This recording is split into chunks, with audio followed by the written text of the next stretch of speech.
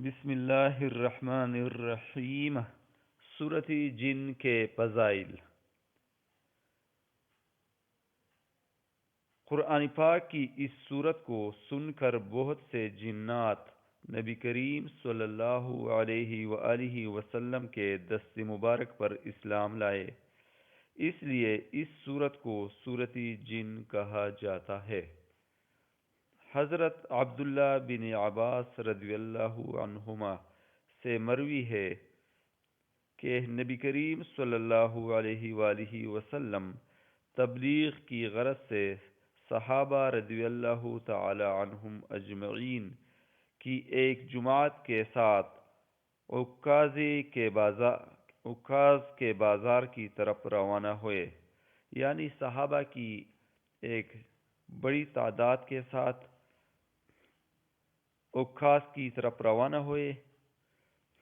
راستے میں مقام نخلہ میں نبی کریم صلی اللہ علیہ وآلہ وسلم نماز فجر ادا کر رہے تھے کہ جنات حاضر ہوئے اور کلام الہی سن کر اپنے ایمان لانے کا اعلان کر دیا۔ صحیح مسلم۔ یہ صورت جنات اور اسیب کے اثرات کو ختم کرنے کے لیے بہت مفید ہے، لہذا جس شخص پر جن کا اثر ہو تو اس صورت کو روزانہ 41 مرتبہ پڑھے اور 11 روز تک پانی پر دم کر کے اس شخص کو پلائے، اور آخری دن اس صورت کی فوٹو کاپی کر کے تعویذ بنا کر اس آدمی کے گلے میں ڈال دے، انشاءاللہ جن یا اسیب کا اثر ختم ہو جائے گا۔ اگر کوئی شخص قید میں اس صورت کو پڑھے اسے قید سے رہائی ملے گی۔